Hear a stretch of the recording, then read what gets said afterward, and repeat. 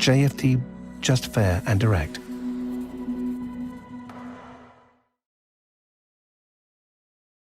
Okay, hello and welcome everyone. Welcome to JFD Traders Tea Time with me, Darius Anucauskas. Today's the 21st of May 2020, so yep, welcome everyone. Welcome to this Thursday afternoon session where we're going to have a quick look at the markets, view the charts, the usual stuff. But before we do that, as always, let's quickly have a read through our risk disclaimer. So, the content we produce does not constitute investment advice or investment recommendation, should not be considered as such, and does not in any way constitute an invitation to acquire any financial instrument or product. As always, a few seconds for you to read the rest and we can continue.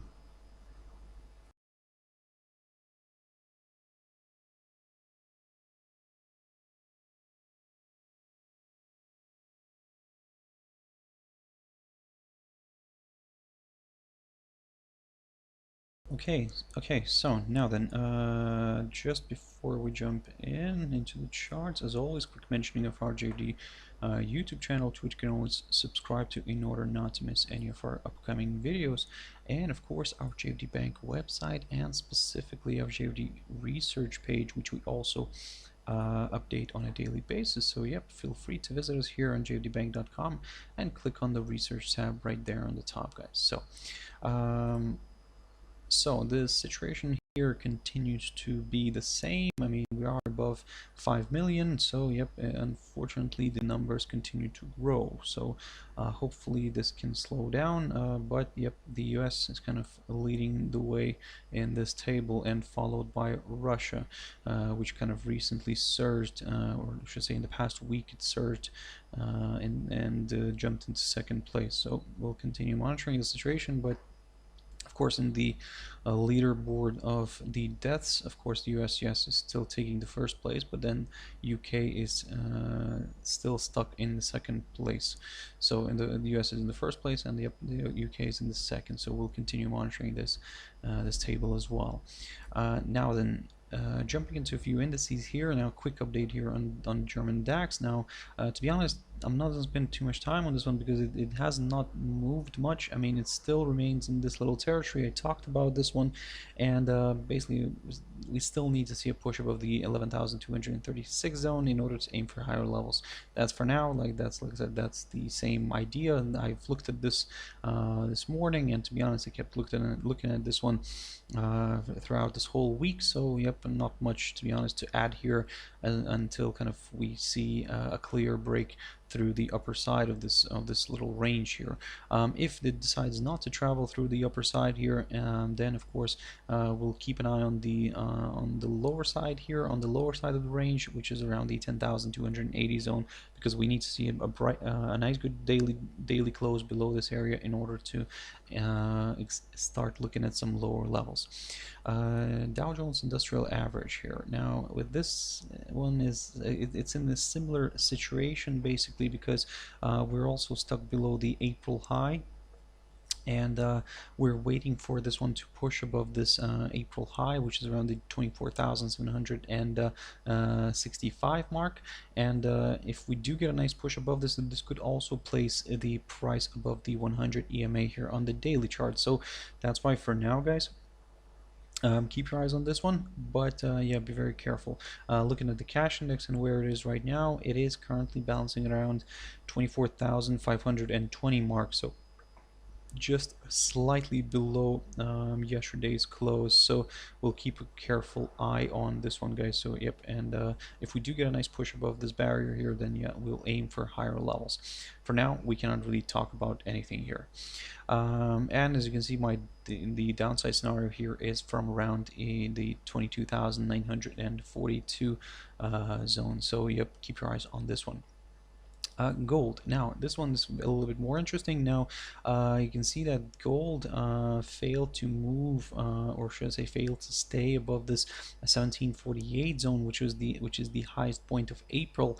Although this week we saw a nice overshoot here and a test of the 1763 level. However, as you can see, the commodity now is drifting lower and it's testing this upside support line taken from the low of the 20th of March. So So in a way, for us to get comfortable with lower levels, first of all, we would need to see a break of this upside line, and then ideally a drop below the 1723 territory here in order to aim for maybe slightly lower here levels here, where we will first, of course, target that psychological 1700 zone, and then slightly below that we do have that 1681 territory, which is not far from the low of the 7th of May, also the 6th of May, and basically through the beginning of May it kind of acted as a good area of support. Although we did get an overshoot here, still it didn't allow it to close a daily candle below this level, so that's why this one could be quite an interesting one to watch. However, as I said, first we need to see a nice good strong move below the 1723 territory, so keep your eyes on that one. If of course this upside line continues to provide support and we see the price pushing back up here, and maybe even if we see a push, if we see a daily close above the 1748 territory, then yes, there is a chance for this one to push further north, maybe even go all the way here towards the high of the highest point of 2012, which is around the 1795 zone. So keep your eyes on that one. Now the quick update here on Brent Oil. So this one keeps on pushing higher, and as you can see, we are now testing this downside line. So the big question here, can we actually break it?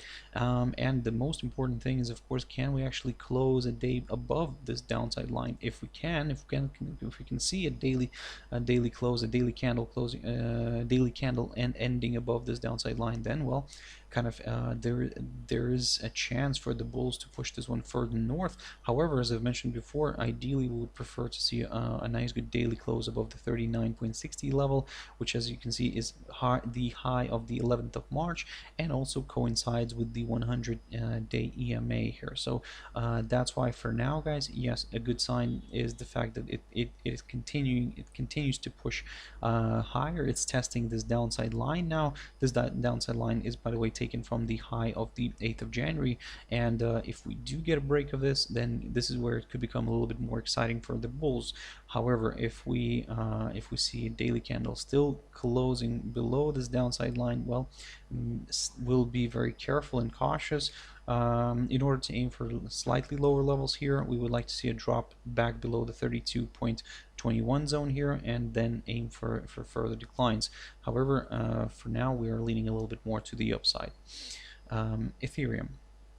Ethereum, I haven't looked at well, I've looked at this one recently, to be honest, and basically I was telling you guys that this crypto here, continues to travel higher. However, it's struggling to kind of push above this upside support line taken from the low of the 13th of March. This upside support line, which it kind of broke to the downside here, it broke it, and then it drifted lower, but as you can see, it kind of started climbing back up here, but still below this this upside line. So what we want to see here, of course, preferably in order to aim for higher levels, we would like to see a push above the April high, which is around the 227.50 zone.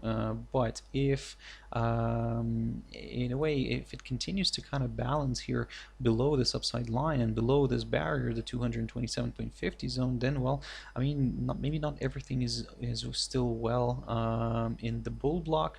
However, even with the downside, we cannot really talk about the downside until we see some breaks here through some of these key important support levels. So the first one to keep an eye on could be around the 191.30 zone, which is the low of the 15th of May, and then of course be very careful here. We have the 100 and the 200 EMAs on the daily chart, which also could provide a bit of support. However, if those get broken, then well, I mean, deeper extensions to the downside could be possible. And ideally, not only that a break we would need to see here, we would also like to see a daily candle kind of staying and closing below these EMAs, and then yes, we could consider maybe some lower areas. For now, I will probably say that we're a little bit on the neutral side, and yep, we're just continuing to kind of to observe the price action. quick update on AUDUSD. So this morning I talked about this one, and I talked about this one yesterday as well. Basically, what I was saying that if we get a nice daily close above this upper side of the range, then it kind of increases the chances of a potential move higher. This morning we were just fractionally below this upper bound of the range, but what I was also saying that this morning that keep your eyes on this daily candle, because if we still see the daily candle closing above this territory, then well, maybe the bulls are ready to push this one a little bit further north. Of course, we do have the 200 EMA here on the daily chart, which also, as you can see, kind of proven to be a good area of resistance, like for example yesterday. But if that gets broken and we see a further push above it, then well, the next target for us is around the 0.6677 mark, or even we'll go a little bit further north. However, let's first overcome these barriers, and then we'll examine these further higher levels.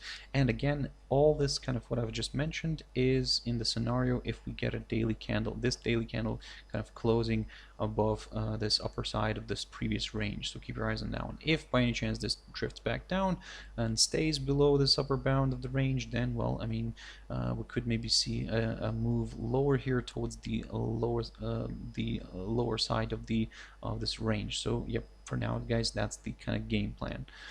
Quick update on AUDNZD. Now, I've talked about this one in the beginning of this week, and basically for now everything's kind of working out nicely here. So the pair, yes, it drifted lower, it drifted all the way and tested this upside support line. And this is what I was talking about, that if this upside support line holds the rate from moving lower, then yep, maybe the bulls could jump in here, take advantage of the lower rate and push this one higher. So for now, one part of this this idea of this arrow kind of got fulfilled. Let's see if the second one will get completed as well. So that's why for now, yes, we are still a little bit more positive than negative.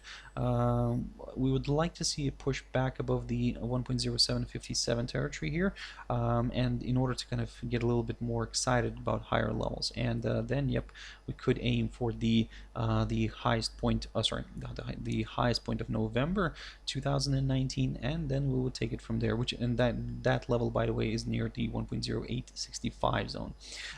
Now, if this upside line gets broken and the rate falls below the 1.06, or should I say even 1.07 level here, then well, I mean, this could open the door towards lower areas. So that's why for now guys, yes, we are gonna be leaning a little bit more to the upside. However, we'll keep an eye on this little territory here, and if it continues to provide support, yes, very good for the bulls. However, if it fails and drops below the 1.07 territory, well, I mean, maybe some lower levels could be met here, and most likely that we will see a bit of a decline. So we're not going to drag this one too much to the downside. We'll just first we'll aim for the 1.0585 zone, and maybe we'll see if it actually wants to go and test the 200 EMA here. But again, let's keep this for a bit later. GBPNZD.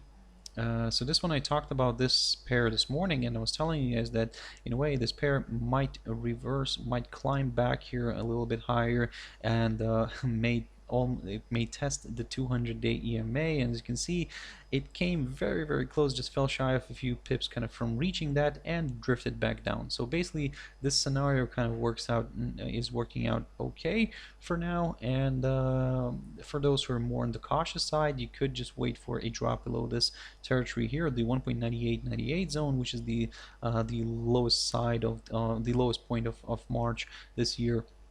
And then yep, we could consider deeper extensions to the downside here, where our main target is around the 1.9418, but don't get me wrong, slightly above that we do have some good potential areas of support as well, but we will examine those if we get we'll get a good daily close below the 1.9898 zone. If we do so, we'll pick up on this pair, of course, soon again, maybe tomorrow. We'll see how it performs, but yep, for now kind of everything's still kind of leaning a little bit more to the downside, especially if it drops below the 1.9898 zone.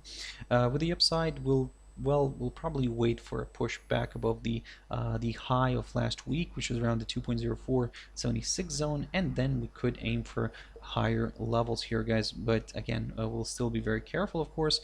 But of course, this could increase the chances of a potential further move north. So again, but with the upside right now, it's a little bit tricky on this pair.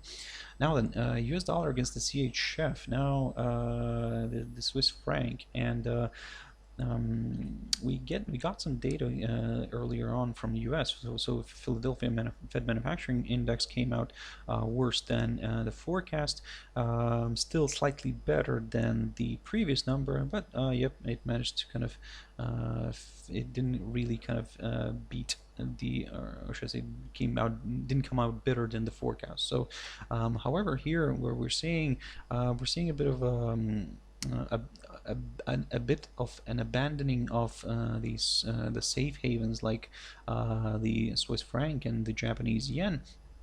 And you can see that the US dollar is kind of strengthening here, although it's yep, maybe it's not on the stronger side, especially against the euro, where we will get closer to which I will mention a little bit later. But looking at this picture and what I've mentioned previously, that if this pair kind of drops below the 0.9681 territory, then kind of increases its chances of drifting towards the lower side of this range that we've got here. But as you can see today, yep, it pushed higher. However, it's currently balancing near this 0.9681 territory. So we'll see how it performs around here, because if it fails to stay above it, then, well, maybe not everything is lost here for not everything looks kind of that bad for the sellers. So and we could maybe see another round of selling here. But again, for now, guys, be very careful with this one. Let's see which one will outpull which. So yep, for now, probably overall I can say that we're neutral, because ideally we would prefer to see a break through one of these highlighted areas, which are the sides of the range here. But from the very short-term perspective, yep, there is maybe a potential for this one to drift towards the lower side of the range. However, for that we would need to see this daily candle maybe at least staying below the 0.9681 zone. So keep your eyes on that one.